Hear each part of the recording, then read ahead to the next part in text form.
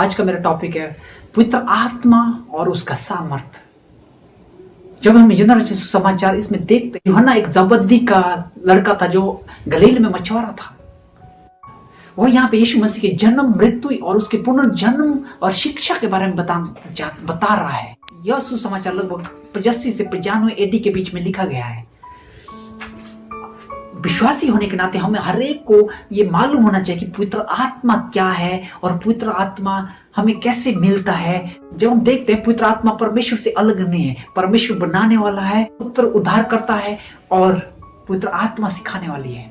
Bible बताती है कि पवित्र आत्मा हर समय हर जगह पर विराजमान है।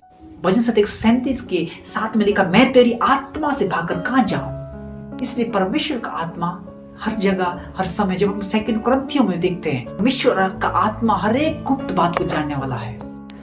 यह पवित्र शब्द नए नियम में लगभग 100 बार लिखा गया है कि परमेश्वर पवित्र है, इसलिए तुम भी पवित्र बनो।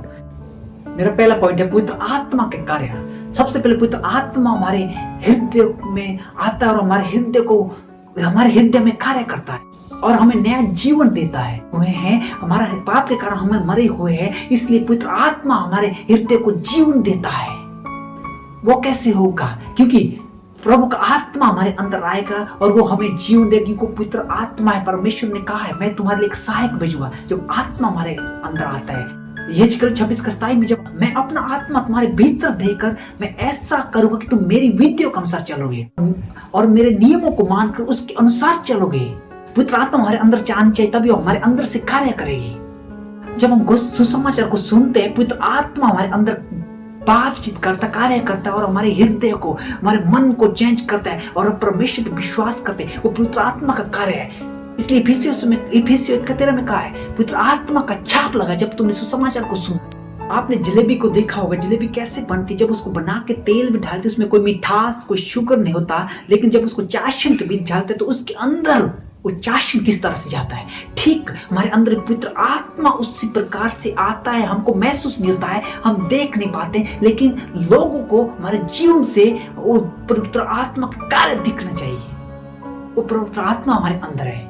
मेरा दूसरा पॉइंट है पवित्र आत्मा का सामर्थ्य। जब हम प्रेरितों का काम 1:8 में देखते, उसमें लिखा है, जब तुम पर पवित्र आत्मा उतरेगा तब तुम सामर्थ्य पाओगे और तुम मेरे गवाह ठहरोगे। यरूशलेम, यहूदिया और सामरिया, पृथ्वी के छोर तक मेरे गवाह ठहरोगे।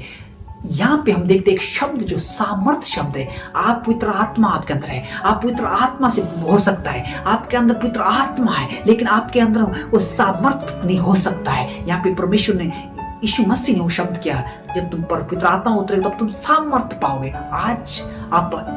आज आप और मुझे सेवकाई के लिए सामर्थ्य की जरूरत है। हम देखते हैं ये इलेक्ट्रिशियन, आप देखते हैं घर में आपने वायरिंग किया है, जब आप पूरा वायर डालते हैं, मीटर से कनेक्ट करते हैं, बेड स्विच लगाते हैं, बल्ब लगाते हैं, जब तक आप उस स्विच को ऑन नहीं करेगा तब तक वो बल्ब नहीं जलेगा, नहीं तो ऐसे पड़ा रहेगा, क्योंकि एक स्विच ऑन करने से वो लाइट जलेगा। तो ठीक उस प्रकार हमारे अंदर पवित्र आत्मा है, लेकिन वो सामर्थ्य की जरूरत है। वो सामर्थ्य हमें पाना है ताकि वो लोगों को दिख पाए हमारे जीवन से। जब हम देखते हैं पतरस के जीवन में, पतरस ने किस प्रकार जब सामर्थ्य पाया, खड़ा होकर प्रचार किया और बहुत सारे लोगों के हृदय जीत गए, वो है सामर्थ्य। और यहाँ पे जब मैं अपने जीवन की एक बात था, जब मैं मिनिस्ट्री में था, कांगड़ा में था, तो वहां पे मैं जब कुछ दिन के लिए रह रहा था, तो एक पास्टर के पास वहां कुछ व्यक्ति आते थे। तो एक दिन मैं देखा, तो मैं पूछा ये व्यक्ति क्यों, मतलब कई महीनों से आ रहा है। तो मैं जाके दूसरे दिन उसके पास गया लंच के टाइम में। जब मैं बैठा और हमारी बात चल रही कि पवित्र आत्मा क्या और उसका सामर्थ्य, तो मैंने जैसे एक्सप्लेन करना शुरू किया, वो व्यक्ति एकदम मेरे ऊपर जंप दे दिया, चिल्लाने लगा और मैं उसको पकड़ा और प्रार्थना की, दुष्ट आत्मा से ग्रसित था। क्योंकि पवित्र आत्मा का सामर्थ्य हमारे अंदर है तो कोई भी अंधकार का शक्ति टिक नहीं पाता। वो पवित्र आत्मा का सामर्थ्य होता है। मेरे प्रियो, आज सेवकाई के लिए आपको और मुझे सामर्थ्य की जरूरत है। जब यीशु मसीह ने कहा, जब तुम पवित्र आत्मा उतरेगा, लेकिन हमें सामर्थ्य की जरूरत है। वो सामर्थ्य आज आपको और मुझे जरूरत है। अगर आपके अंदर पवित्र आत्मा का सामर्थ्य है तो आप उन लोगों के लिए जो अंधकार में जी रहे हैं, जो परमेश्वर को नहीं जानते, उन लोगों के प्रति बहुत भूख प्यास होगी कि उनको परमेश्वर में लाएं। लेकिन ये पवित्र आत्मा का कार्य है, सामर्थ्य की जरूरत है, तब भी हमारे अंदर एक बात होगी। परमेश्वर आपको और मुझे उस सामर्थ्य से भरने के लिए तैयार है, लेकिन हमें वो सामर्थ्य कैसे पा सकते हैं? हमें उपवास करना है, फास्टिंग रखना है, प्रार्थना करना है, बाइबल पढ़ना है, परमेश्वर की उपस्थिति में जाना है, तभी परमेश्वर हमें वो सामर्थ्य मिलेगा। तीसरा पॉइंट, पवित्र आत्मा की उपस्थिति। आप जानते हैं परमेश्वर ने कहा, मैं तुम्हारे लिए एक सहायक भेजूं जो सर्वदा तुम्हारे साथ रहेगा। जब ये वचन में पढ़ा, क्योंकि पवित्र आत्मा की उपस्थिति हमेशा हर जगह है। भजन साहित्य में आपको पढ़ाया, यहाँ पे हम जो देखते हैं प्रेरितों का उसका 5 अध्याय सफीरा और हन्ना के बारे में, जब उन्होंने परमेश्वर के आत्मा के प्रति सामने झूठ बोला तो उनका हालत क्या हुआ, क्योंकि यहाँ पे परमेश्वर का पवित्र आत्मा मौजूद था और वो मर गया और उसकी पत्नी ने फिर झूठ कहा और वो भी खत्म हो गई। क्योंकि परमेश्वर की सामर्थ्य और परमेश्वर की आत्मा की उपस्थिति हर जगह है, हम उसके सामने झूठ नहीं बोल सकते हैं। वो है परमेश्वर आत्मा, वो है परमेश्वर का सामर्थ्य, वो है पवित्र आत्मा का सामर्थ्य।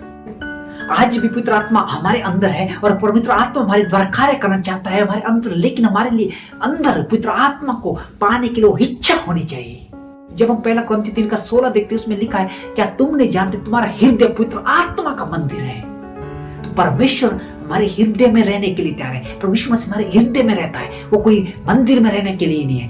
हमारा हृदय है, पवित्र आत्मा का मंदिर है, वो वास करने के लिए तैयार है, हमारे अंदर आने के लिए तैयार है, उसकी उपस्थिति हमारे अंदर है। उसमें जब हम दूसरा इतिहास 7 का 1 देखते हैं, उसमें लिखा है, सुलेमान राजा ने मंदिर को बनाया और स्वर्ग से आग उतरी और जो बलियां थी वो सारा भस्म हो गया। और प्रेरितों का काम उसके 2 अध्याय में देखते कि स्वर्ग से एक आग की जीभ सी लपकी और सबके ऊपर मंडरा गया। वो सेम हम देखते पवित्र आत्मा का सामर्थ्य और पवित्र आत्मा की आग उस समय भी मंदिर में। तो आज पवित्र आत्मा हमारे दिल में होना चाहिए, क्योंकि मंदिर में सुलेमान ने जो भेंट लगाई तो पवित्र आत्मा का हृदय, आज हमारा हृदय पवित्र आत्मा का मंदिर है, तो वो आग हमारे अंदर, वो सामर्थ्य आज होनी चाहिए। पवित्र आत्मा के बारे में वही बता सकते हैं जिसने इसका एक्सपीरियंस किया है। अगर आपने सेब खाया है तब भी आप सेब का टेस्ट को बता सकते हैं। अगर आपने सेब कभी खाया नहीं, सिर्फ देखा है, तो आपको उसका टेस्ट का मालूम नहीं है।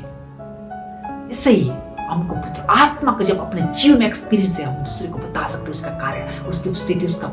रोमियो 8:5 में लिखा, क्योंकि शारीरिक व्यक्ति शरीर की बातों में ध्यान लगाता है, लेकिन आत्मिक व्यक्ति आत्मा की बातों में ध्यान लगाता है। तो आज हमें देखना है कि हमारे अंदर पवित्र आत्मा का सामर्थ्य है, पवित्र आत्मा की उपस्थिति है, पवित्र आत्मा का कार्य है। तो पवित्र आत्मा आपके और मेरे अंदर आने के लिए तैयार है, क्योंकि लूका सुसमाचार 11:13 में लिखा है, तो क्या स्वर्ग पिता अपने मांगने वालों के लिए पवित्र आत्मा नहीं देगा।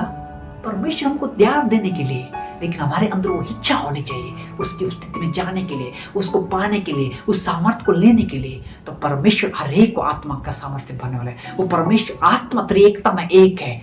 जब पवित्र आत्मा किसी पर आता है तो वो काम करने शुरू कर देता है, कार्य करना शुरू कर देता है, हमारा जीवन को परिवर्तन कर देता है। पवित्र आत्मा हमें दृढ़ बनाता है, पवित्र आत्मा हमें दृढ़ बनाता है, पवित्र आत्मा हमें तसल्ली देता है।